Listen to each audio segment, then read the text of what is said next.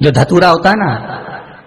दर्शन करें धतूरे के, कांटे कांटे सा होता है धतूरा, तो वो धतूरे के साथ में बाबा शूल धारण करते हैं, बेलपत्री के शूल को। ये बहुत बहुत आनंदमय कथा है महाराज जी।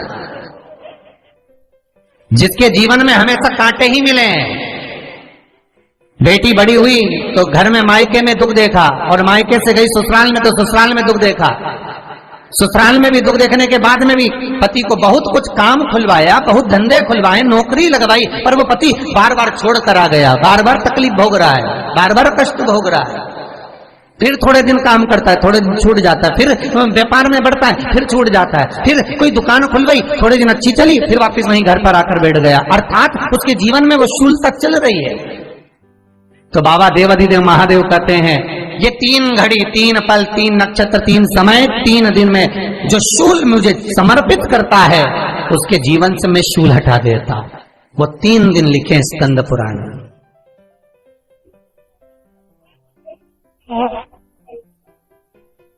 महाराज बैसाख महीने में जो प्रदोष आती है, बैसाख के महीने में बहुत ध्यान से सुनना भाई, जो अपनी जिंदगी से बहुत तंग आ गए हो, परेशान हो गए हो, कष्टमय जीवन जी रहे हो, बहुत दुखी हो गए हो, उनके लिए ये स्कंद पुराण का चरित्र फिर मिले ना मिले, आप प्रेम से सुन लो। आओ, पहला बैसाख महीने की प्रदोष, चाहे वो शनिचरी प्रदोष हो, चाहे रविवार की हो, सोमवार की हो, मंगल की हो, बुधवार की हो, गुरुवार की हो, शुक्रवार की हो, शनिवार की हो, कोई भी वार की हो, पर बैसाख महीने की प्रदोष, प्रदोष काल में शाम का समय सूर्य डूब रहा हो, बस डूबा ही हो, और उस समय पर सूर्य के डूबन के तुरंत बाद बाबा को धतूरे के साथ में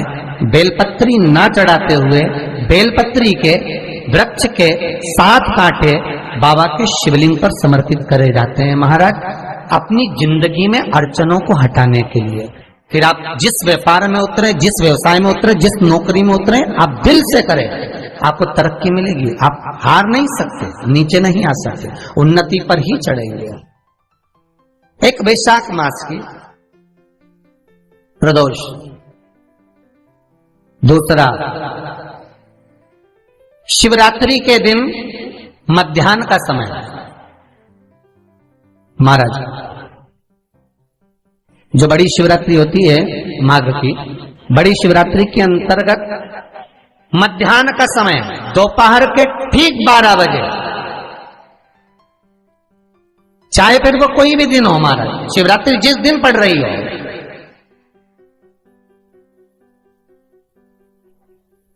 उस दिन भी धतूरे के साथ बाबा को 7 कांटे बेलपत्री के वृक्ष के समर्पित होते हैं महाराज। इसमें आप ये वाले जो कांटे हैं, जो शिवरात्रि के दोपहर 12 बजे वाले हैं, अगर कोई मदिरा पीने वाला हो, व्यसन में डूबने वाला हो, कोई जुआ खेलने वाला हो, कोई गलत वैश्यावृत्ति करने वाला, या अपने मार्ग से विचलित कोई व्यक्ति है, उसके लिए भी ये कांटे बहुत काम आते हैं महाराज। दूसरा, पार्वती तेरे द्वारा तेरे नयन अश्रु से जो प्रगटा हुआ बेल का वृक्ष है, द्वितीय शूल मैं वहां धारण करता हूं, तृतीय शूल, तीसरा शूल जो वर्णन करा गया महाराज। भगवान श्रावण के महीने में जो भी दूसरा सोमवार पड़े, जो भी पड़े, श्रावण के महीने का जो दूसरा सोमवार होता है, उस दूसरे सोमवार में रात्रि के समय पर, अर्थात शास्त्र अब घड़ी और पल का स्मरण करेंगे तो रात्रि के बजेंगे 10 से 12 बजे महाराज, 10 से 12 के बीच में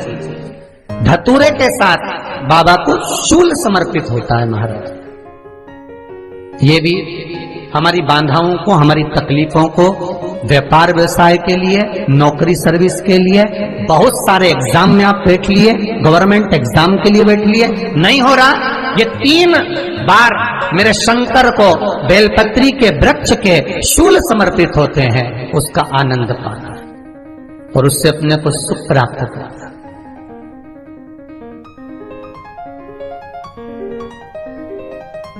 कि बाबा भोलेनाथ जी के नैना शुरू से जो प्रकट हुआ वो रुद्राक्ष का पौधा है, माता पार्वती के नैना शुरू से जो प्रकट हुआ वो बेलपत्री का पौधा है, और उमा और महेश,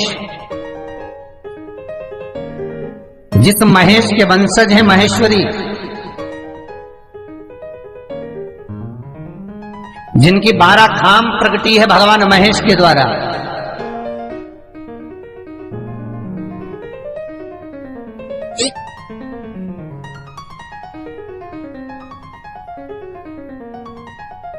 वो महेश और उमा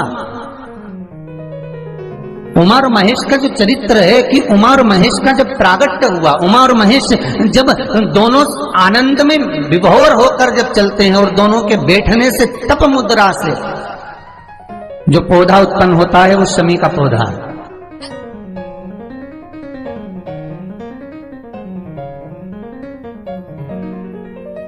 शमी का पौधा। तो एक बात ध्यान रखिए, शिव जी के द्वारा जो निर्मित हुआ उसमें कोई शूल नहीं है, उसमें कोई कांटे नहीं है। पार्वती के द्वारा जो निर्मित हुआ बेलपत्री का पौधा, उसमें कांटे हैं, और पार्वती के मिलन से भी जो उत्पन्न हुआ है शंकर के साथ में, उसमें भी कांटे, शमी के पौधे में भी कांटे, शमी के वृक्ष में भी कांटे।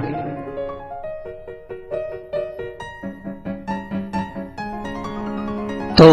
पार्वती जी स्कंद पुराण में प्रश्न कर रही हैं भोलेनाथ जी से कि प्रभु मुझे ये बताओ कि आपके द्वारा जो निर्मित हुआ उसमें शूलता नहीं है, पर मेरे द्वारा जो निर्मित हुआ उसमें शूल क्यों आया है, उसमें कांटा क्यों आया है? थोड़ा सा माताओं, मेरी जीजियों, आपको थोड़ा बुरा तो लगेगा इस प्रसंग को सुनकर, पर लग जाए, पर आज कथा निकली है तो सुन लो है कि शिवजी जिस रुद्राक्ष को उत्पन्न कर रहे हैं उसमें शूलता नहीं है, पर पार्वती जी जो संग में मिली हैं उसमें भी शूलता है, और पार्वती के द्वारा जो प्रकट हुआ बेलपत्र उसमें भी शूलता है। तो भगवान महादेव बोलते हैं पार्वती, मैं तुझे कुछ कहूं और कहने पर तुझे तेरे हृदय में कोई बात चुभे, शूल लगे तो मुझे ठीक नहीं लगेगा। नहीं नहीं नहीं, आप कहिए प्रभु, मैं सुनने के लिए तैयार हूं, आप तो बोलो कि कारण क्या है। भगवान कहते हैं पार्वती, बस अंतर इतना है, नारी का जो स्वभाव होता है, स्त्री का जो स्वभाव होता है, उसके हृदय में छोटी छोटी बात के शूल बहुत होते हैं।